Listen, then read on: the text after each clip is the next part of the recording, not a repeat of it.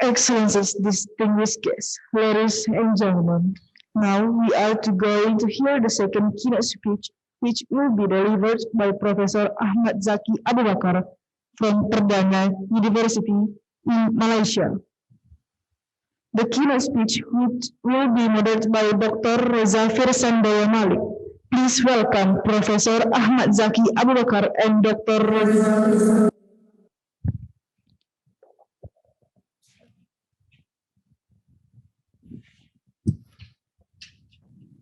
Okay.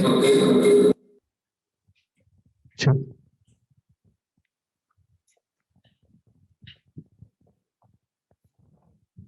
Thank you. Good morning, all participants, honorable distinguished keynote speaker, especially Professor Dr. Ahmad Zaki bin Abu Bakar.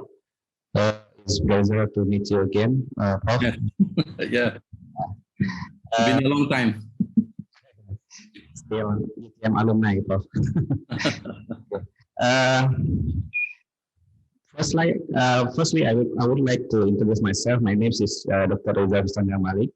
I will guide you for next 45 minutes for the second keynote speaker. So before Prof. Zaki Abu Bakar to deliver his speech, let me introduce Professor Dr. Ahmad Zaki bin Abu Bakar. I would like to read his CV. Professor Dr. Ahmad Zaki bin Abu Bakar has been involved in ICT for more than 44 years. Currently, he is the president of the Malaysian National Computer Confederation and as co-member of the Southeast Asia Regional Confederation since June 2012. And then he is also the Vice Chancellor of Perdana University and previously been at the Faculty of Science, Technology, Engineering and Mathematics at the International University of Malaya, Wales since 2020. He was also the Principal Fellow and Chief Information Officer, CIO, of the National Council of Professors from 2016 to 2018. Prior to that, he was also Special Grade A Professor at the Faculty of Information Technology and Communication at University Technical Malaysia, Melaka, UTM, from 2013 until 2016. He started his career in 1977 at UTM, University Technology Malaysia, and finally became full professor and dean at Faculty of Computer Science and Information System in 2000. He was with UTM for 35 years. Born in the state of Kedah, Malaysia on 29 May 1956, he holds a PhD in Electrical Engineering, Computer Artificial Intelligence from UTM in collaboration with Kyoto University, Japan, 1989. A master degree in engineering, computer engineering from California Polytechnic State University, USA, 1984. A Bachelor of Science degree, electronic engineering from Essex University, UK, 1981. And diploma in electrical engineering, communication engineering from UTM, 1977. I think many achievements has already Professor Ahmad Zaki Abu Bakar get. And then also, his current research interests are in Industrial Revolution 4.0, Community Informatics, Multilingual Knowledge Management System, Information System, Project Management, Technopreneurship, and Innovation and Creativity. So, Prof, you have time 30 minutes for your speech, and then 15 minutes, next 15 minutes, we go to QA session. The time is yours. Okay. Bismillahirrahmanirrahim. Assalamualaikum warahmatullahi wabarakatuh. Thank you, Dr. Reza. So, yes, it's been a long time since we met. Yeah. So, and I left UTM for also some time. Okay, so I'm going to talk about basically my research area is community informatics. It's been a long time since I was in UTM. So progressing from knowledge management, yeah. And then I got interested in community informatics because it's dealing with community, yeah. So, okay, so, but I was thinking what to share with the conference, yeah, today. So there's some interest, especially in Malaysia, in behavior insights, yeah, and I have some students also working on that. So I decided to share that. Okay, so I think, okay, the slide is up, so we can start doing that actually. So my topic is designing community informatics application using behavior insights. Yeah, okay. Okay, you can go to the slideshow, then we can start. Okay. Slide presentation. Okay. Yeah, so, okay. Yeah. You want to go to that slideshow? All right. Okay. We can go to the second slide. Yeah. Okay. Okay. So anyway, while waiting for that, actually, I'm just want to say it's actually community informatics is a quite interesting subject because it deals with community. And we are actually in a community. So when I was with UTM, I collaborated with many parties. Yeah. Okay, next slide, please. Yeah. And we look into this setting up of telecenters because we were interested to bridge the digital divide. Yeah. So can we go to the next slide, please? So anyway, so we were interested to bridge the digital divide, and of course the rural areas has some a lot of issues. Yeah. So anyway, so we talk about community informatics. Has been some time actually. So it's an interdisciplinary field. I like that because coming from engineering, I've been involved in the ICT as mentioned earlier for a long time, and later part of my life, I thought I will contribute to at a higher level where you look also at policies and so on, yeah, social, cultural, and also economic development. Okay, next slide. So, okay, we know the community informatics, yeah, area, then which is let's go to the application, please. Next slide.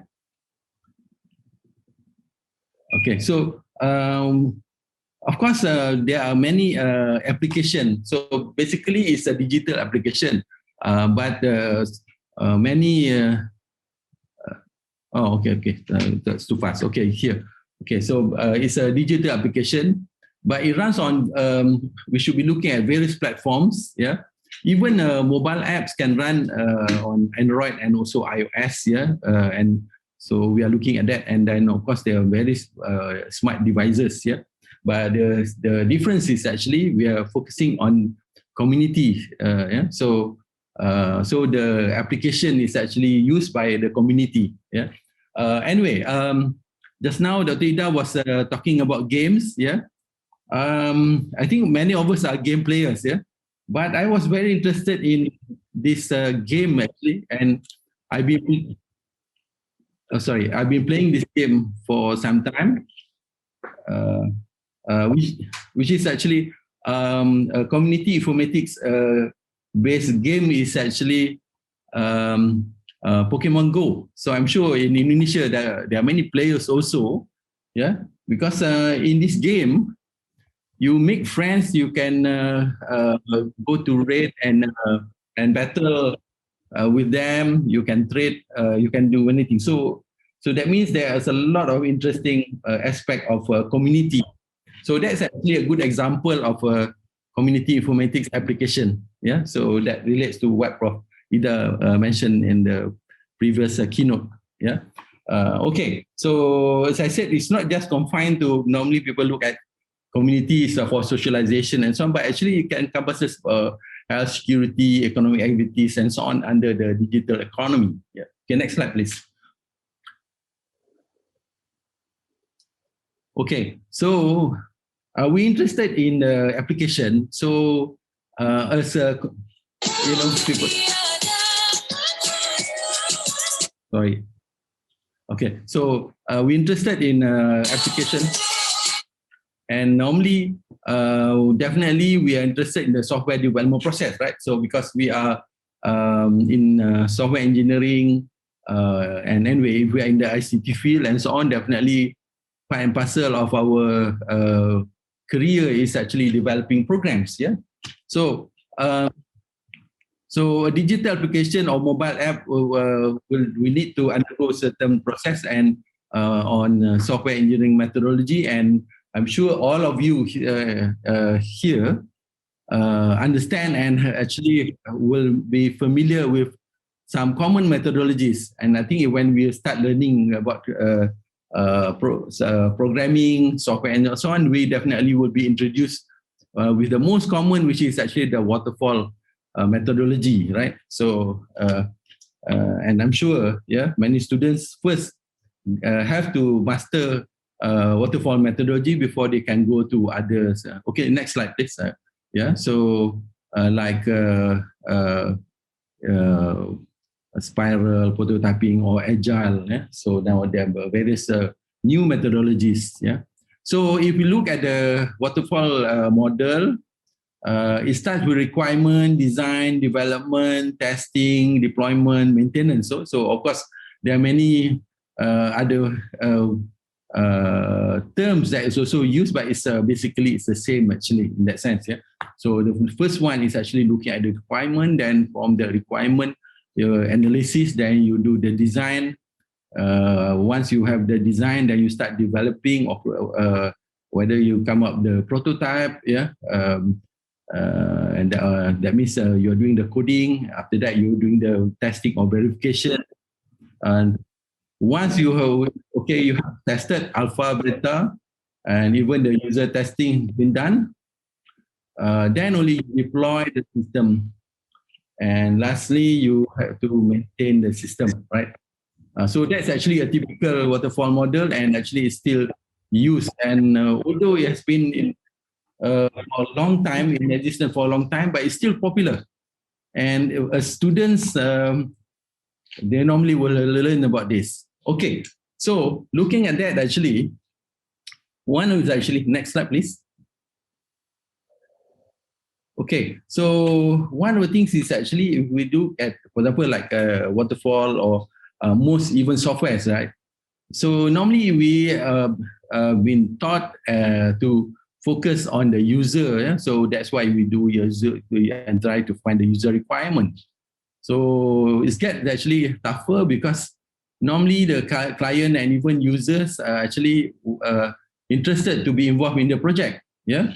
And one of the reasons sometimes why software project fail or behind schedule is because there are so many interaction with the clients, and one thing is actually they do not understand what they want, yeah, because sometimes they are not computer people, right? So, and this will delay projects actually. And they're interested actually because they want to ensure their needs and expectations are met. And sometimes the expectation is too high.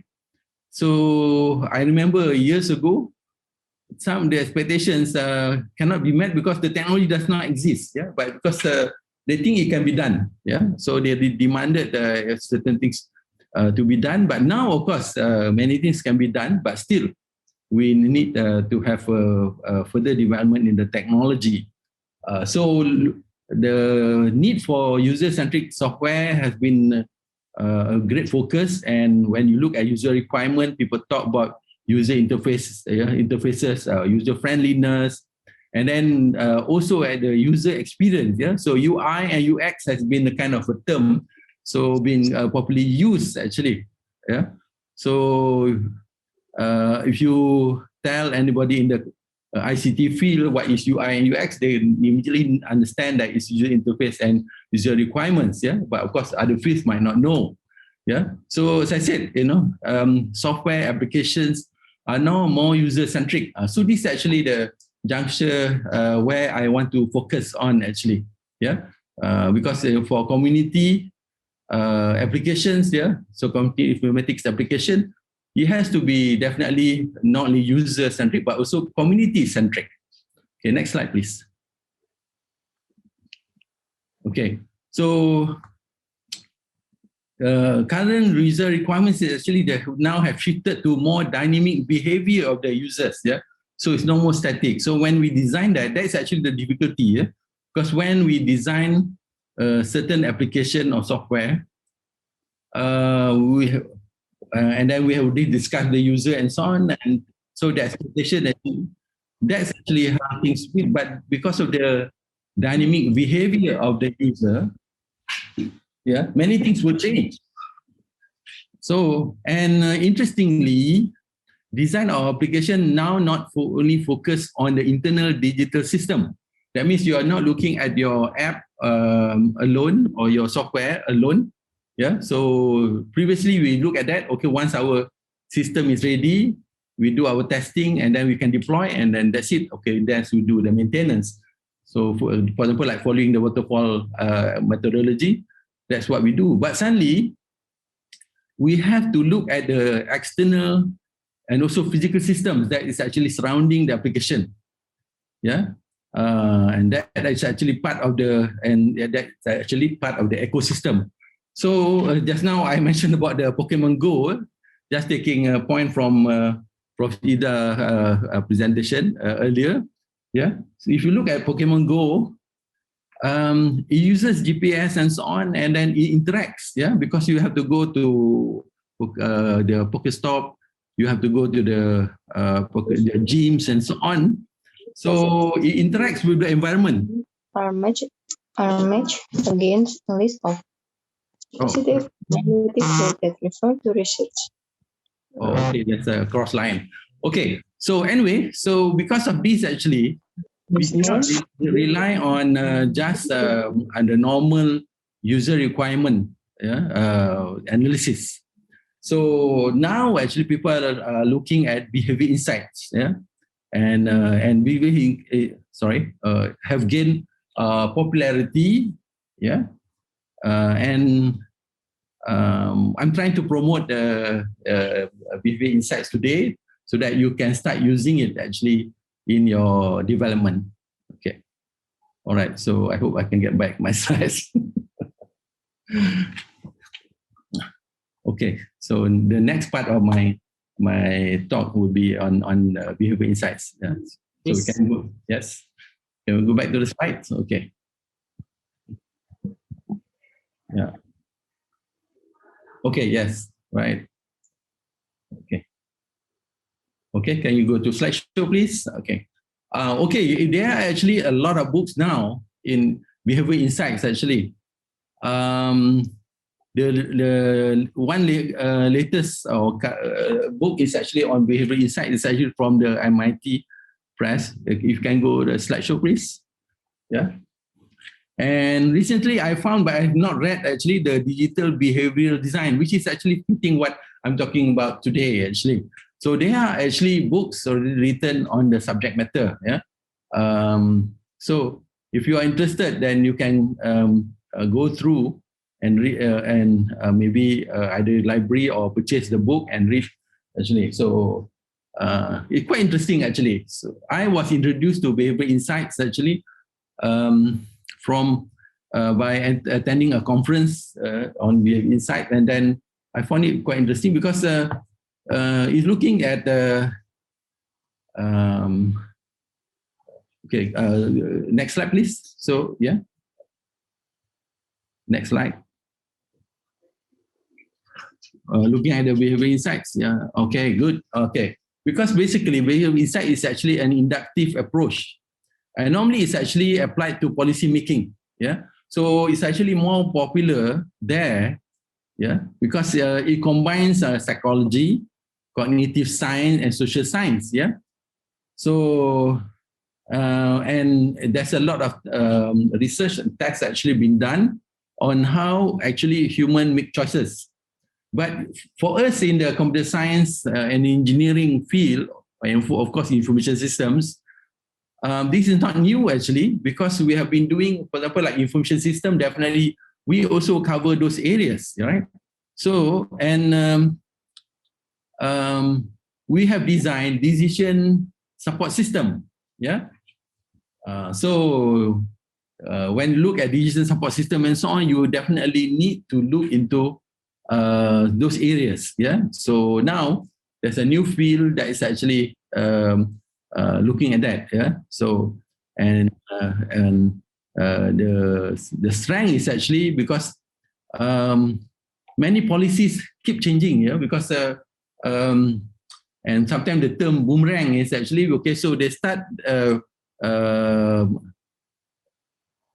policy and then have to retract and then come out. So this is not good actually, yeah. So it's good if you can just have one policy and then you stick to that policy. So that's why behavior insights is becoming more popular, because it's actually a low-cost intervention, yeah, to improve service outcome. Okay. And actually, it encourages intervention. Okay, it encourages people to make better choices. So choice is the decision making, right, process. And as I said earlier, we have been doing this. Yeah, so it's nothing new for us, but only the field is a bit different. Okay, so for example, OECD is doing a lot of work on behavior insights, yeah, and I'm sure OECD are also in Indonesia, besides in many parts of the world, including Malaysia. Okay, so they have actually a framework. Next slide, please. Okay, so OECD, have an ABCD framework, yeah. Okay, in Malaysia we call ABCD, yeah, but of course in Indonesia is A, B, C. Okay, so the A is actually for attention, right? So you can look at that actually, and then okay, so then the next is actually so you have oh, sorry. Okay. Okay, let me go back to the that framework, trying to explain that framework. Okay. So I asked the organizer, okay, so attention, and then we have the belief. B is actually for belief, yeah.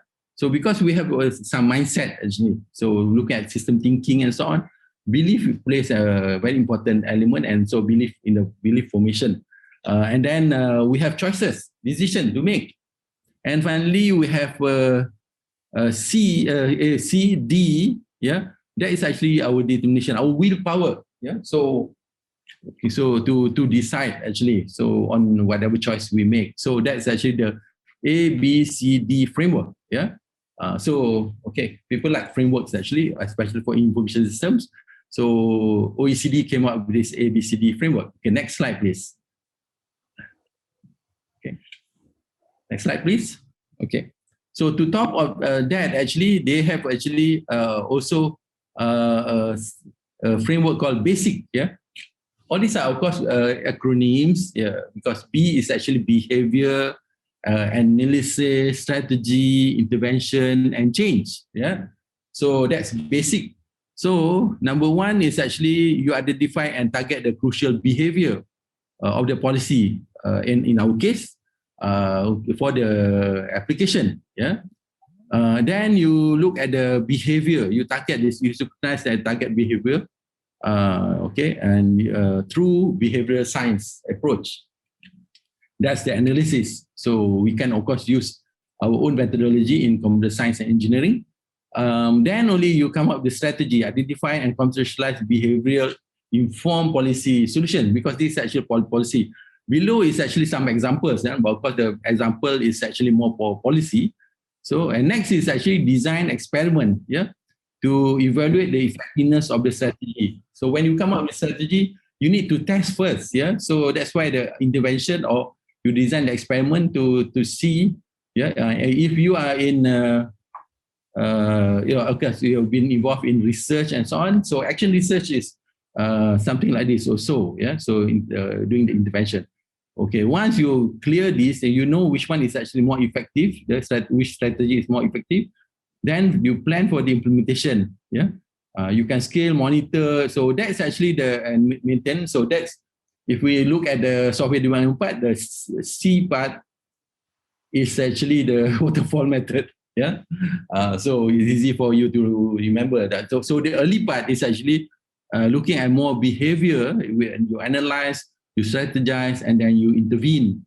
Then only you clear, then you do the development. Yeah. So okay. So next part, please. Okay. So OECD is not the only player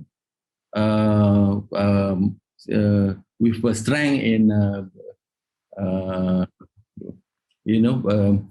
behavior insight. There is also a behavior insight team, BIT, yeah, and they came out with a EASE framework. So it seems a lot of people like to have mnemonic that easy to remember. Just now you have ABCD, you have basic, and this is actually the EASE framework. What is the EASE framework? So it's actually make it easy, make it attractive, make it social, make it timely. So easy, attractive, social, timely is actually EASE. Of course, we are in the East, yeah. So it's I think quite suitable for us. Okay, let's go to the next slide. Then you can see the detail. Okay, so how this framework is actually utilized. So they have 4 steps actually. So it's just like our development life cycle also, yeah. So first is actually you define the outcome, what you want actually, yeah. Then second you try to understand the context. The context is actually important. So I stress the early part of my presentation actually. Yeah, you cannot just look at the solution or the application. Yeah, the digital application, but you have also to look at the context. Yeah, the environment or the ecosystem. Yeah. Okay, next one is actually you build your intervention. So same like when we discussed about the OECD, basic and so on. So you do the behavior insights research and so on. Then you put the intervention, yeah. And then finally, actually you test, learn, and then you adapt. Because once you, so this is actually part of the maintenance cycle, deployment and maintenance cycle, yeah. So which means after you test, so you look actually the outcome and then you do some adaptation so that it fits. So that's actually basically the EASE framework. I know this is a very short time, so for you to familiarize, so I suggest you look at the literature. For example, like both OECD and the Behavior Insight team have published, yeah, ebooks actually. So they publish that and then you can go into the detail. And of course, the best part is actually if you can buy the book on Behavior Insight and then you can read actually. Okay, next slide please. Okay, I know we have very short time. Okay, so when you want to design the Behavior Insight application, because most of the time people are looking at policy, yeah? So now I'm suggesting, why don't you also use to develop applications, especially for communities, yeah? So you should always look that actually the user is not fully rational person, yeah, or being, yeah. So being human, we are quite eccentric at times, yeah. This if you are looking at, okay, maybe designing something that's actually for maybe logical or rational person, so sometimes it doesn't work, yeah. Because that's why, especially in a community, there's a very kind of a behavior, yeah.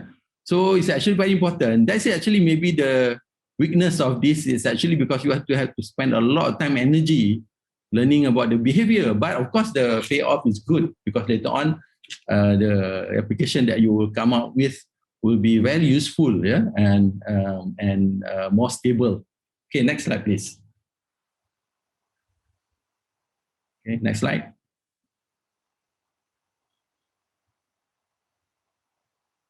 Okay, so I want to give you, before that actually, please.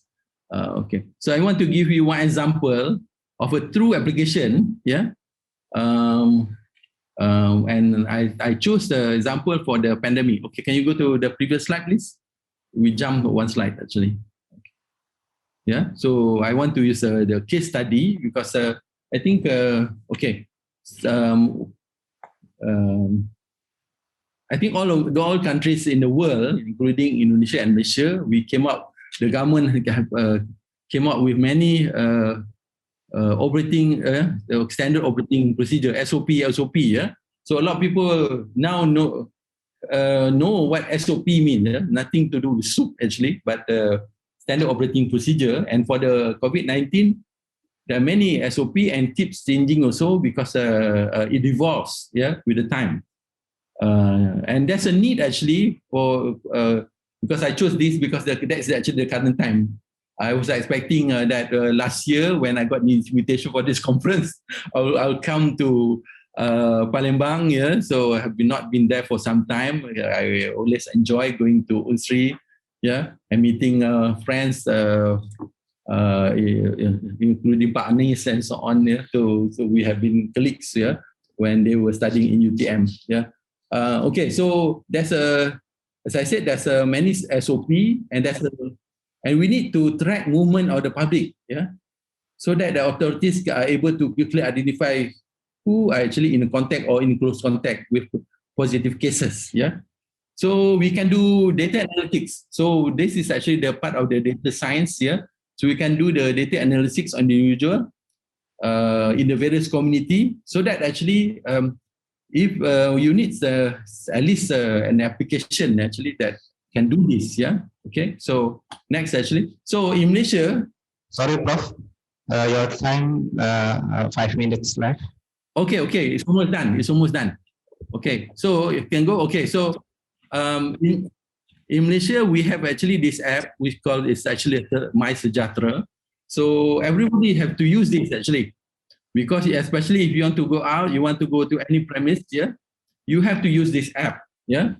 But it's a very easy to use app, but it has actually a lot of behavior insights mechanisms. Okay, next slide, please. Yeah. Okay, next slide, please. Okay. All right. Okay. For example, okay, so if you are actually a premise owner, whether it's a restaurant or a mall, or even an office. So you must have this code actually, yeah. So MySejahtera code, so whereby, okay, whoever comes, they need to take this QR code, you need to check in. So this will enable the government to track where you are actually, yeah. So if there is actually a positive case in that area, even without you telling them, they know you actually, because if you have been in that place or in that premise, yeah, so you actually will be in close contact, yeah. So then they can quickly do immediate action, for example, yeah, so on that locality or that community, yeah. So okay, so next, actually, yeah, next slide, please. Okay, because we don't have much time. Okay. So there is actually an SOP for the MySejahtera. So when you enter the premise, you must be wearing a mask. You must ensure physical social distancing. Then you need to scan the QR code, yeah, with the scanner. And then you need to take a temperature reading, and the temperature must be normal, yeah, cannot be too high and so on. Then you need to show the status, yeah, from your app to the authority at the entrance. So if the status is low, then and your temperature is normal, and you have been following the SOP, wearing masks and so on, then you are allowed. If you suddenly, because of the app actually is showing that actually you have been in a red zone area, then you are not allowed to enter, or they even maybe call the Ministry of Health authorities to come and get you. Yeah, so that's actually the strength of the MySejahtera application. Okay, next actually, right? So okay, let's go to the discussion. Okay, next please. Okay, so this is actually a case study, but I want to highlight actually where the behavioral insights mechanisms are. Next slide, please. Okay. Okay, can we go? All right. Oh, okay. All right, so I'm losing time because of the slide actually. So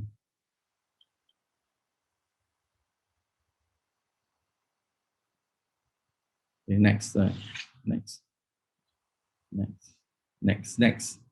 Okay, okay, next, please. Okay, the discussion, right? Okay. Okay, so anyway, as mentioned, the MySejahtera app is already a user-friendly design because it's done by a team of professionals. Yeah? So they really did a very good user-friendly with user experience and so on. Yeah, and to make it useful, they supply a lot of up-to-date information. For example, you can know in the afternoon how many positive cases and how many deaths, whatever. So all those statistics are there. Yeah.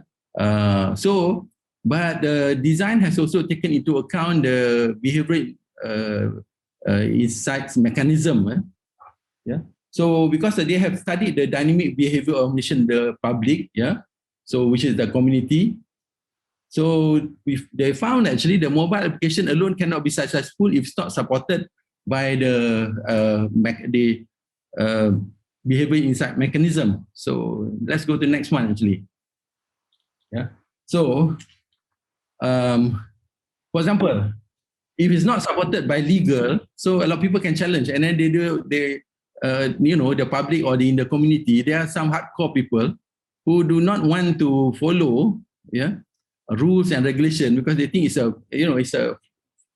they're free, right? So they have freedom of speech and so on. So, but then it's supported by acts and so on. So it becomes a serious offense if you don't follow the SOP or you did not provide the correct information. So you provide false information, and there's a high penalty. Previously it was 1,000 ringgit, but last week they raised it to 10,000 ringgit. Just imagine you break a simple SOP and so on, you charge 10,000. That's a lot of money, especially at this time. Okay, so and that's also possible if you do it many times, you can even be jailed. Okay, next slide, please. And actually, one of the things is actually you need also physical authority presence to ensure the compliance. So this is actually looking at the behavior of nations, because many of us have been brought up to be law-abiding and also to be, in a sense, to respect, or even when you were young, to be afraid of the authorities, especially the police, because parents normally they will say, okay, if you're not doing something, so then they say, okay, they'll call the police to catch you and put you into jail. So this frightens a lot, which is actually not good in terms of psychology or child psychology is not good, but that we have been brought up with that actually. So if you see a police and so on, then you become more, and this has been used very successfully.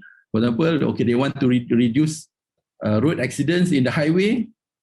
There's a speed limit. If there's no police and so on, no physical presence, they will speed. So in Malaysia, you can travel at 110 kilometers, but then some people can go to even almost 200. But if there's a police, suddenly, okay, they will definitely slow down. Or if you put, so some camera and so on, okay, they will slow down. So that's actually unit as so it is the same. So the MySejahtera not sufficient. So you need to have a physical authoritative presence, to enforce or so that people will comply. Next, actually, Okay. So the why I said this is a community informatics, because you also rely on the community, because we have also a kind of a leader and herd mentality. So and if somebody is actually breaking the law, breaking the SOP and so on, but the whole community will be affected, right? So the community will be also doing a kind of community policing whereby they can tell off or even reprimand members of the community that break the law, and sometimes if they are maybe bigger or maybe stronger and so on, people use social media actually. So because everybody has a smartphone and so on, it's easy to capture the offender behavior, and they quickly make it into viral. So then a lot of people can see, and the police also use this information to catch and charge the offender. And then once you charge and so on, then they use the media. So then, of course, then you be shamed and so on. Yeah. Okay. Last.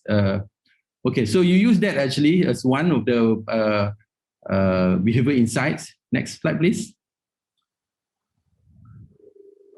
Okay. You use also nudging. Yeah. So nudging is actually coaxing, but it's just like a small push. Yeah. So, for example, one of the requirement of the MySejahtera is actually you need to use a smart device, a smartphone, or it doesn't have to be an expensive one. Yeah. But earlier part is actually you have a logbook, so you can write. But then the requirement is actually you have to write so many information, and at some places you have to show your identity.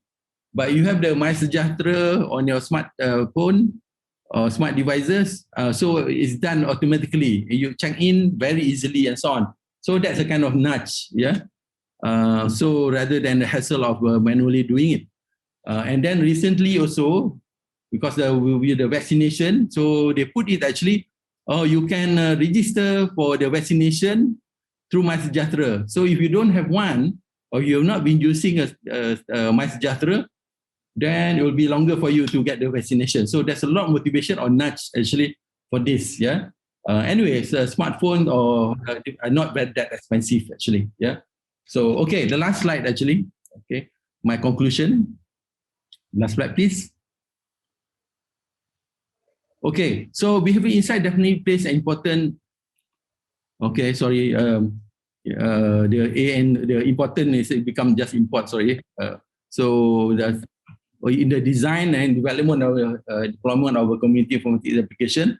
So, but other areas can also benefit from the insights of behavior. Yeah, so there's a lot of user research people are doing on this area. So you can use that actually. Yeah, so that you don't have to really do it sometimes yourself, because there's also and community-centric application is expected to rise. So I'm one of the people who is actually promoting. So for those actually in this conference, please explore behavior insights here, and then maybe put in your application. And definitely for those doing postgrad, then it can be also a good research area, yeah, because a lot of areas are still unexplored. Okay, so with that, thank you very much. Last slide, please. Okay, thank you very much. Terima kasih, thank you. I believe in actually the collaboration between academic, government, and also businesses. Yeah, so we have this synergy, the tripartite, or say even the quadruple. Yeah, with the community to be involved. And I like to thank the organizers, yeah, for inviting me since last year. Last year I was with International University of Wales, and then I moved to Perdana University. Yeah, so. Yeah, but I've been always the president of the Malaysian National Computer Confederation. So with that, thank you very much. Yeah, thank you to everybody for listening. I'm ready for question if you have.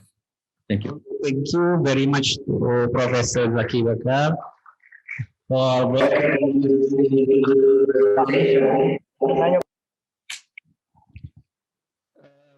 Prof, there are two questions in chat column. Okay. First from Mr. Dani Saputra.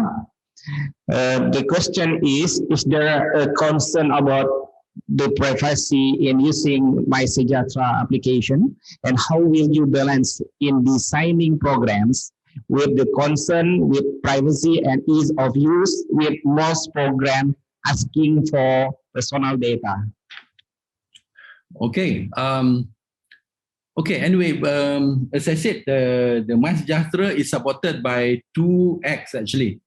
Yeah, and under that also includes the Privacy Act also. Yeah, because it's under the Ministry of Communication and Multimedia. Yeah, so again, yeah. So you do not want you again, you know, whether to let people know your location, where and more information. But this is actually for the common good, right? So if let's say you have been in a premise where there is actually a positive case, yeah. So then the authorities need to be alerted, and you yourself, because if not, you're going to infect your family, your friends, and your, the people in your workplace. So this is actually the price of privacy. I mean, letting go a bit of the privacy for the better good of the community. So that's, as I said, the kind of balance actually. Look at the better good. Yeah. Okay. Next. Okay. Thank you. Is that answer your question, Mr. Dani Saputra? Mr. Dani Saputra, maybe you can give a feedback for us. Is there answer your question? Okay.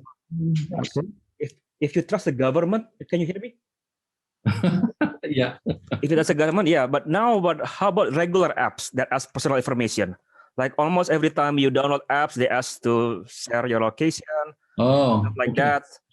That's public apps. And how do you trust them? And how do you design programs for that? Okay, sure, Prof. So finally, it's actually again, this is actually the use of the behavior insights, right? Okay, you want to get the benefit from the app when you want to download. If not, then you don't allow, right? So now, in most cases, we allow, yeah, because we always think that actually we can get more benefit by getting whatever that we want to download or we want to visit compared to not, yeah. So some people, okay, they just refuse. They not allow for the cookies to record them and so on. So it's always this, your decision, your choice. What do you want to do? You want to get the benefit, then you have to allow that actually. Then again, you're open to, although we have actually the privacy law and so on, but still, yeah. That's why actually recently, I think even like Facebook and so on, they have been sued and so on, right? Because of their privacy. So again, this is your choice, yeah. So you have to weigh benefit and your privacy. So my question was how about as a designer of a program, how do you because you need information to improve your program, yeah, but do you ask for it in a ethical way, or is there a compromise for that? Yeah. So anyway, for example, when you do research in the behavior insight, there's also ethics, yeah. So you go to the OECD, they also put actually with ethics, yeah. So because you are going to be getting a lot of information, yeah? So you have to come with some responsibility, yeah. So again, if people trust you, so you have also to honor that trust, yeah. But again, there are actually many people out there who are actually not so trustworthy, and so we are actually at risk, yeah. So this is actually the dilemma. So that's why actually organizations like IEEE, the Malaysian National Computer Confederation, and so on, we have actually an ethics committee. We have also some ethics, yeah, in terms of use of privacy, okay, and we advocate actually more ethical computing, yeah.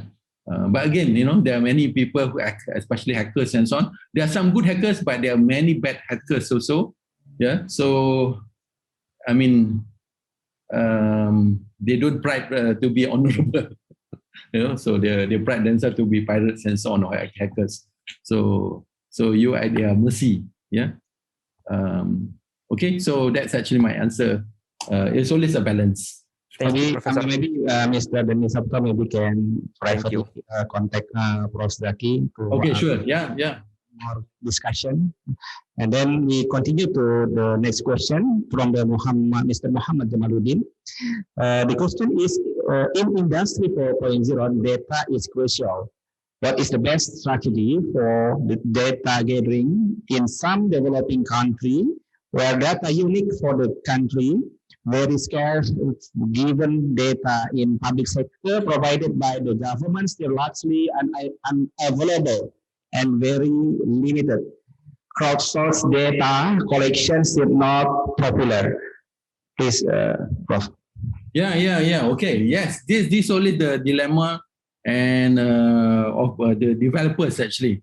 For example, if you want to do behavior insight, you have to spend a lot of time actually studying behavior. So, and of the community. So it's time consuming and also requires a lot of energy and also resources. Yeah. So, and if you rely on the government information, and sometimes it's outdated. Yeah. So sometimes it's maybe more selected. Yeah. So, it's always a compromise, yeah. So that's why it's actually good if you have your primary data compared to secondary data. But again, we always are in a hurry because if we have a client, then we need to quickly come up with the application, yeah. So that's actually a issue. And I know, for example, in Indonesia, so it's a big country with so many people. Trying to understand the mindset and the behavior is very difficult. So, but I'm sure there are some research being done by others and so on. So you write on this actually, yeah. So because if you want to do on your own, maybe it's too costly, yeah. So sometimes again you have to use some, I would say some guesstimates also, yeah. To ensure that you get the proper information. But again, yeah, so this is always the issue. Yeah? So compared to maybe more developed countries whereby, for example, now Malaysia, because through, let's say, MySejahtera is collecting a lot of information about the Malaysians, yeah, not only Malaysian, whoever is actually in Malaysia, because everybody has to use this government app, and it's collecting a lot of information, where you've been, and so on, right? So even let's say you go to a regular place, let's say you go to a eating place, so it's also collecting that actually. So maybe you like to eat certain things that can also be used, yeah. But of course, it's not target. It's not designed for that. But again, other people can use that actually information, yeah. Okay. Okay. Thank you, Prof. I think is. For the second question is for the last question. So this time to our end session. Okay. So I would like to thank you, Dr. Ahmad Zaki Abu Bakar. For the audience, please give applause for Dr. Zaki Abu Bakar. Okay, thank you very much. Yeah. Anyway, thank you for the invitation. Yeah. I wish I can be there in Palembang. Yeah. And then meeting friends, Riza, okay, Anis, and many others, yeah, Dr. Sam, and so on, yeah. But again, we are in the, this situation, so we just make do virtually. Thank you very much. Thank you very much, Prof. Zaki Abu Bakar. Yeah, thank you. Okay.